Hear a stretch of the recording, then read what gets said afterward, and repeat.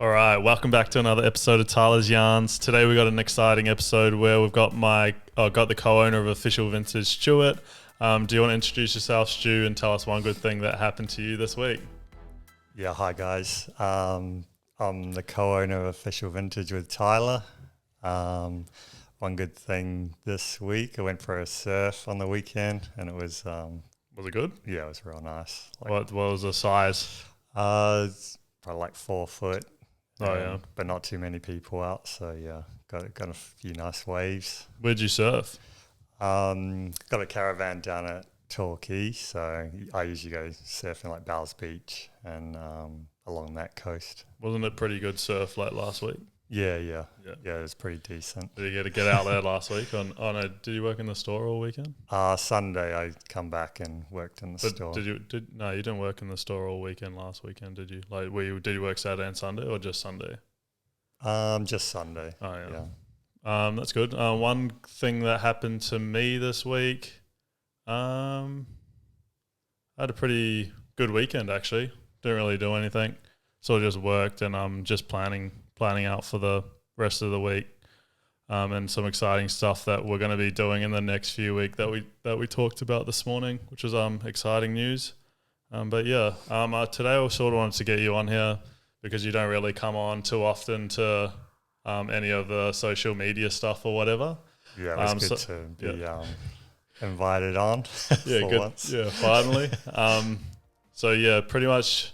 Do you want to tell me what you sort of do at Official Vintage, and then we'll just get into like how you got into vintage and that sort of stuff? Yeah, so at Official Vintage, mainly I look after the back end of Official Vintage, I think you'd call it. Yeah. Like all the buying of stock, make sure it all gets processed correctly. A lot of the systems we put together.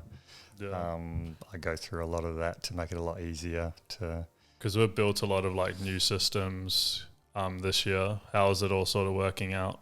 It's going, yeah. Because now we're in like the infancy stages of these new systems, and me and you, just to give people an idea, me and you, we're sort of just all over the place probably the last 3 years.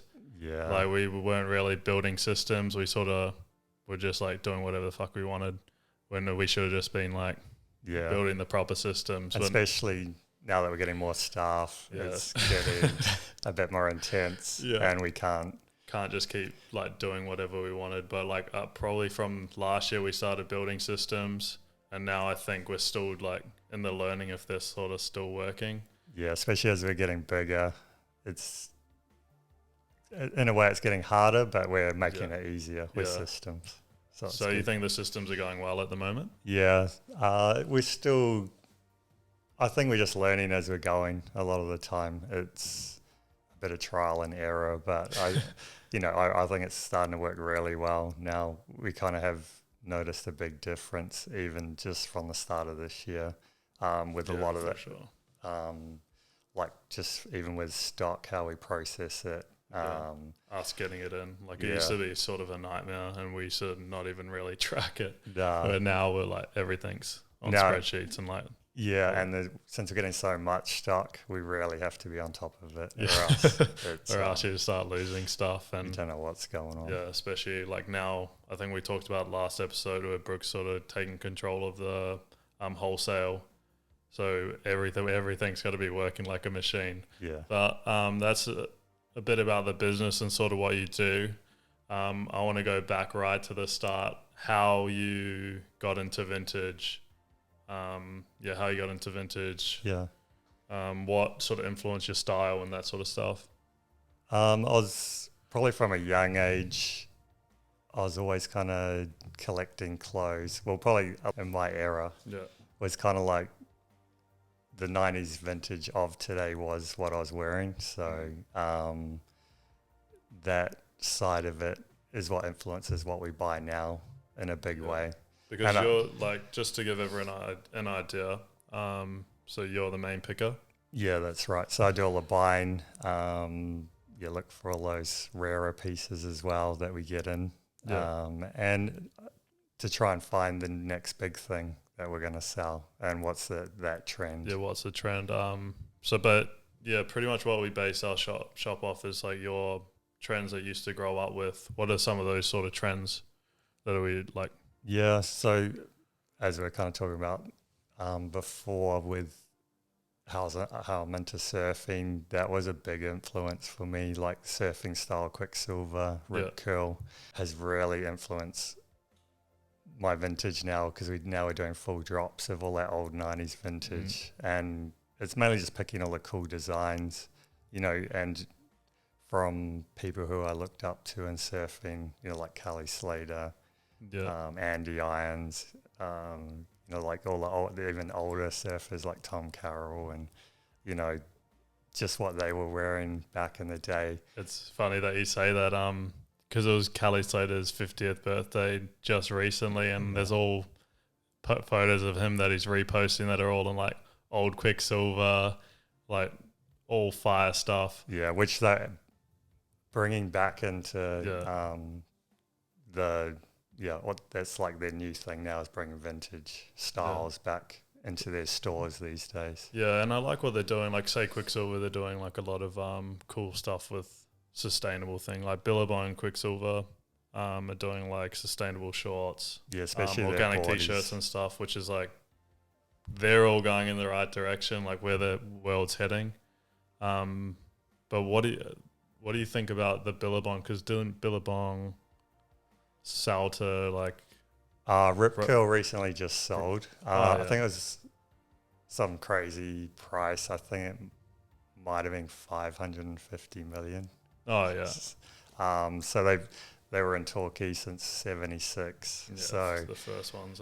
Yeah, it's amazing that now they've pretty much, it was an Australian built business, and then now they've just sold out. Built out of Torquay. Yeah, and they've sold out completely.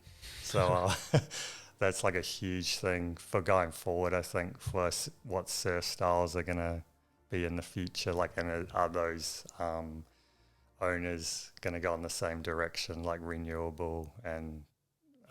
Do you reckon it's funny because like I've been watching all the surfing and stuff, and they've completely sort of changed like to the Rip Curl logo back to the old logo? Yeah, I think they're going back to their and even roots. like I reckon like Quicksilver are going to do the same thing. Yeah, I agree. By the looks of it, like all the stuff sort of in there, because we sell a lot of Quicksilver, Billabong and that in our store, and they're sort of starting to replicate a lot of that stuff. Yeah, I was even in Rip Curl on the weekend, and to look at their latest tees they're bringing out are almost the exact copy designs of what we're buying now out of the US, like all the old style Rip Curl designs. So they're almost just replicating what worked for them. Just not made as good as they used to. Yeah, they're all like super thin. But from official vintage, not Quicksilver, man. True. No, but the quality's gone a bit downhill. But yeah, like most of those shirts that they're probably producing now won't last. Yeah, I like what they're doing with the board shorts. The organic board shorts, and like I think Billabong and them. I think it's out of bamboo and now bottle tops. Yeah. So that's a great thing that I like what they're doing with their brand now. Yeah, hopefully they can like move that forward. So you'd say your favorite sort of type of vintage is surf vintage. Is there any other styles of stuff? Probably when I was growing up as well, like I'd work part-time, kind of like Rebel Sports. Oh, Rebel Sports, yeah. But it's called Sterling Sports because I grow up in New Zealand. So I got a lot of trends from working in there as well. We used to wear the Adidas snap pants, like all the starter gear, like all the big jackets were like huge, like Oakland Raiders, Celtics. All the Raiders stuff would have been massive because... it was huge.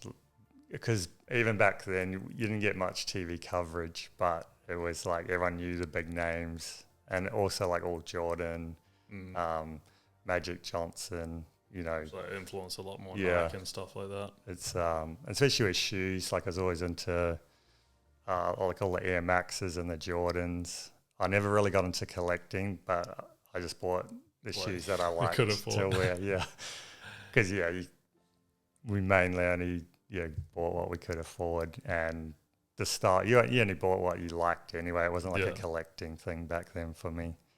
It was Would you say sort of like moving, like starting to collect all these items, made you sort of start official vintage, or like, why did you want to start official vintage?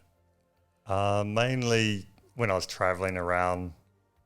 I didn't realize how much vintage was coming back into style. That was 5 years ago when we got coming up to 5 years for our business. Especially, And, I think it was like everywhere else, but Australia, like that's I think why we got so lucky. Yeah, I think our timing was almost perfect for us. Yeah. We were over in London at the time, and we're just looking around the markets, and it was amazing to see how many vintage stall holders there were compared to even just normal stall holders. So that kind of triggered, like, maybe there's something in this. Yeah, because then you're like, fuck, we should start a company, eh? Yeah, and I was just like, and oh, really? Yeah, we're just like joking, going, we'll buy heaps of stuff from the market. Yeah, and then it was like, we'll go.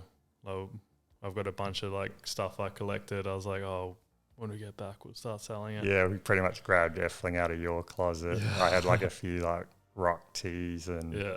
like super random stuff. And then when we're looking at the styles over there, they're quite influenced, like Tommy Hilfiger, a lot of like soccer, like Umbro and stuff, because all the English brands. Yeah. Well, all the Europeans like Umbro, like Reebok and stuff, they're not so popular in the US, where the US is like most Nike dominated. And Tommy, definitely. And I think that's where it kind of really began. Was we just pretty much filled up suitcases full of stuff and said, why don't we just give it a go? And then we kind of got back to Australia and started talking to our friends, and people were just buying it off us to start with. What were we doing when we started? I was working in purchasing at that time for a big company, a big German company, and so I had a good background in buying stuff and how it all worked, which definitely benefits us now. It benefits us, like the experience you sort of had already going into it, So when we were buying, we're like negotiating with all the sellers, like real hard balling them, and our budgets were super low. But it's like funny when you look at it now. We're like, fuck. Can we do that for like $5? Yeah. And it's like, well, can you do that t-shirt for $3? Yeah. And it's like, now a lot of them would just laugh at you going really lowballing them. Fuck off, Yeah. So, I think my skills from all the working in like a professional background really helped with our business to start with. Yeah. And I guess with you as well, knowing a lot of the vintage that people wanted at the time. That was definitely help, which I could like pushed on to you at the start, and then now you've built your own sort of and then your own trend, or like your own style, which is like majority of official vintage now, which is cool. Yeah, because especially when we plan out what we're going to buy, I think we almost go like 50-50 on what we want to buy, like your kind of trends, and then I'm going, this is what I reckon will go we should off. start buying this, and I'm like, like these jackets are coming and let's try to get them all. Like at the moment we're trying to like secure some like Carhartt jeans because they're like popular, so we need to try to find a supplier for that. It's just like never ending stuff like that, which is so, and it's trying to get a good supply where, especially with the jeans, where the stuff's not ripped up and got paint on it. Yeah, because we've had the discussion about the jeans where it's like, the sizing, like it needs to be anything past like 34 is semi hard to sell. Yeah, so it's a lot of things got to come into play that makes you being able to stock it, but then sell it quickly as well. Did you think it was going to be like this big at the start when you started Official Vintage? No, not at all. No way. Well, it was just like we just kind of did it for fun. Yeah, and we're doing it like part time because you were like working as well. And we're just doing like the side hustle of it all. And we really wanted to get big, but we didn't really know the potential on even how big vintage was going to get, even at that time. So we kind of just jumped on, the wave kind of thing, and then, just rode it till now. Yeah, now it's yeah. like time to start getting a bit serious, which is yeah, we're definitely like growing so quickly that it's good fun, but it's still a lot of pressure on us to really make the business like super successful, because we're just reaching like next level kind of goals. And yeah, like goals that if you told us at the start would be hitting, would be like, you would laugh at you, you know? yeah. Oh yeah, even now, like it's crazy, the level we've got to now. To all the supporters, thanks everyone for Definitely. supporting. Thanks for buying off us, for sure. Yeah, two chill guys just got lucky. Yeah. So, but that's what we're all about, just bringing the new styles and what we kind of just want to give people what they want, and kind of make them relive either their childhood, what they used to wear, or the younger kids. Do you know what's funny? Do you know what's funny you say that? Because now, like, people's childhood, say, like, my childhood would be like the Rugrats and stuff like that, or like those sorts of TV shows. And those tees are going for so much more money than like some of those 90s shows at the moment. Yeah, Just because like, oh, I remember this when I was a kid, And And people that are buying vintage now are like a bit younger. Yeah, and they definitely got the money to spend on those the items they really want. But it's like nostalgia of the childhoods or something like that. Yeah. So, it's interesting to see how like your new customers and stuff that are jumping on board and, really getting into vintage. So it's pretty exciting. What are some of the highs and lows of your like business experience so far? Probably to start with, I think when we first set up like the websites and stuff, was we kind of did it probably with not having that much experience on what websites to go. We're not doing as much research as what we should have. So we had to change hosting with our website and stuff. Always do your research, kids. Pretty much. I definitely just jump on all of the big name website. Like we sort of went with one like little shitty one, and it screwed us by the end of it. You don't get the features that you need. You can't hook up apps to anything. So definitely that's probably one thing we kind of did wrong at the start, and maybe not getting onto social media as quick as we should. Yeah, or like because probably at the start we were. When Instagram was at its peak and you could actually get followers. Yeah, like we jumped onto like TikTok straight away. It was like once that happened, we're never going to get stuck in like a position where where you're not going to miss the next trend. I think in business, I think you learn a lot from your mistakes, and that was a massive mistake that we made. We've probably made like hundreds of mistakes, but like now off that we've learned from that, but there's so many other mistakes that we've like made.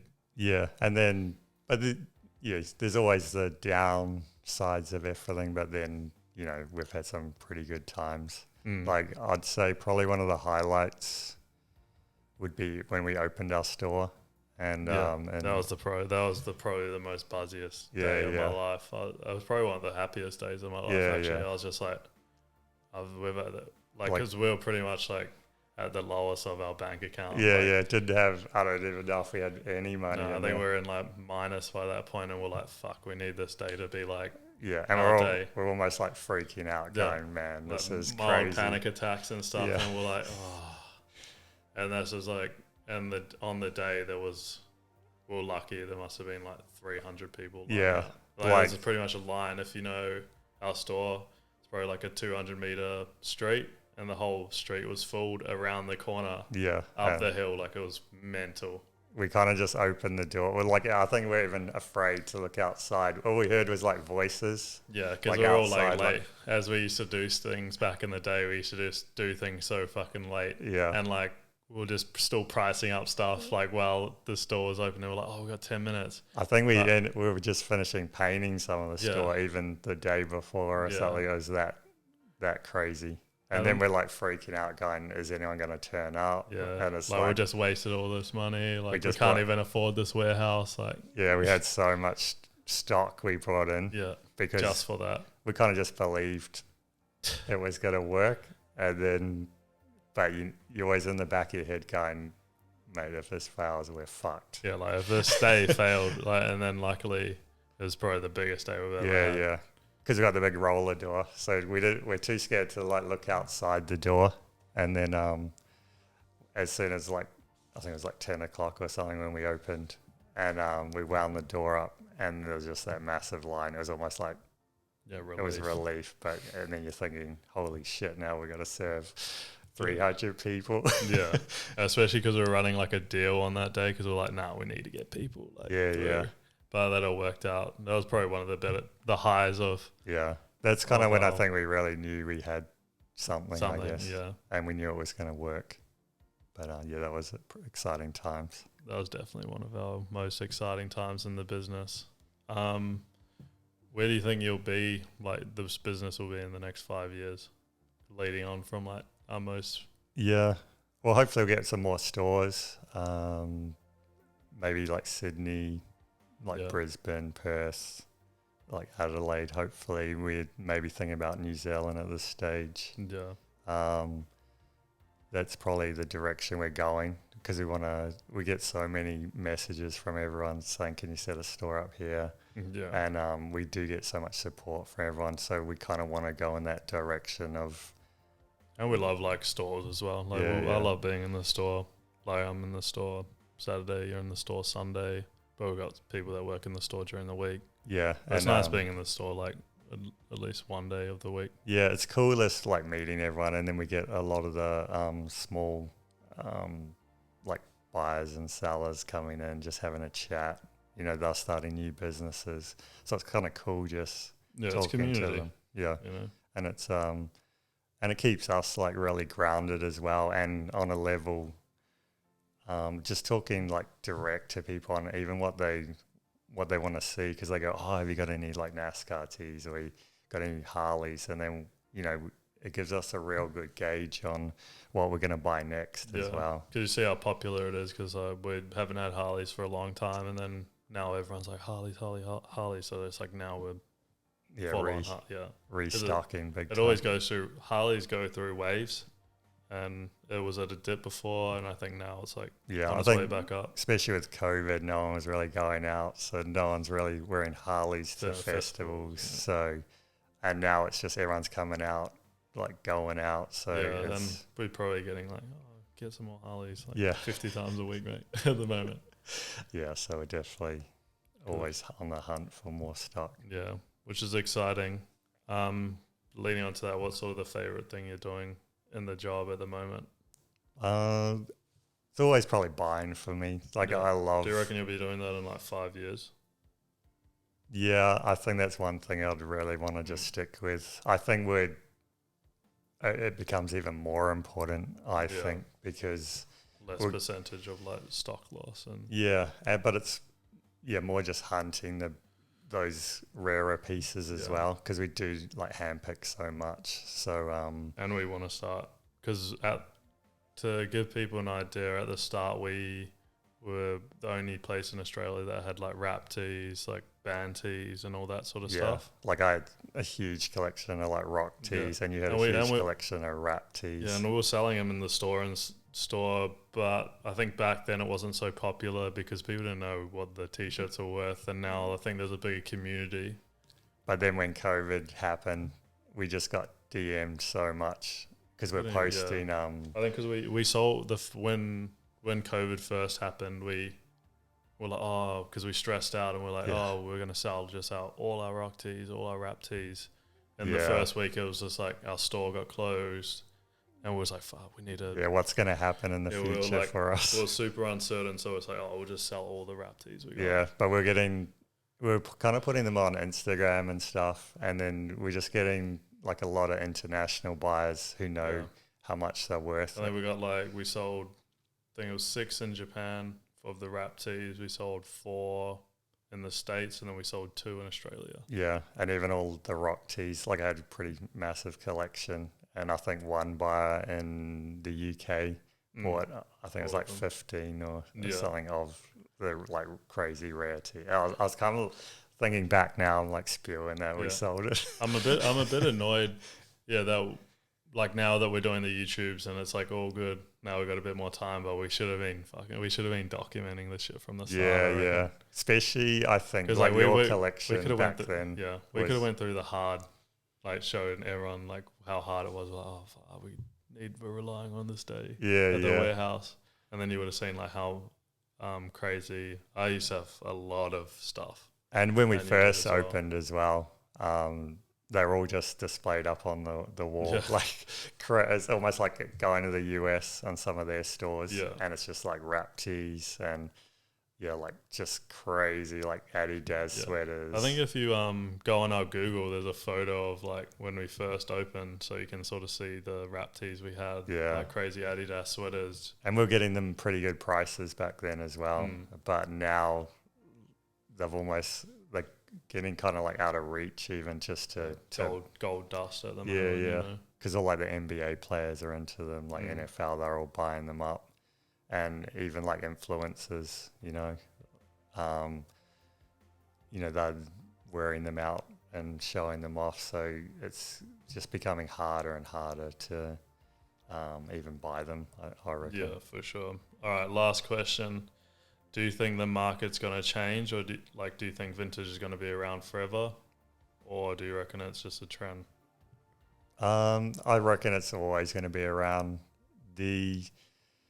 Even just in the 5 years we've been doing it, it's not always about like one thing. Like it can be like Harleys, but then the trends just change so much. Yeah. Like pretty much it was sports team. And then during COVID, Disney went mental. It was like sports team during COVID, and now it's like Nike again. Like it just changes so much, and I think it's just going to keep changing. Like people will rotate. And I think it'll even get like later. It'll be like 2010 stuff people will be buying like because some of the even getting up to 2010 there's still good quality stuff around, and they still had some crazy design, especially in sports team and all the basketball stuff, which people still want now. But I think as your customer is like gets younger as well, they only can go back so far. They don't remember the 90s. The nostalgia. Even like now that we've got people that shop with us and they're only like early 2000 kids or whatever, so, like 2006, and you're like, whoa. Yeah, so it's kind of like that's the trends they're going to be wanting to buy. Like, could be the cartoons they were looking at when they were younger. That's a good way to sort of wrap it up, I reckon. What's one thing you're looking forward to this week? This week, it's my birthday coming up. Probably not looking forward to getting older, but probably going out to dinner for that. So I'm kind of looking forward to just going out, have a few drinks. Yeah, not bad. That's good. Let's end it there. Yep. Thanks for joining, Stu. Till next time. Yeah, hopefully I'll make sure you like, subscribe, come on, all that sort of stuff. See you guys. See ya.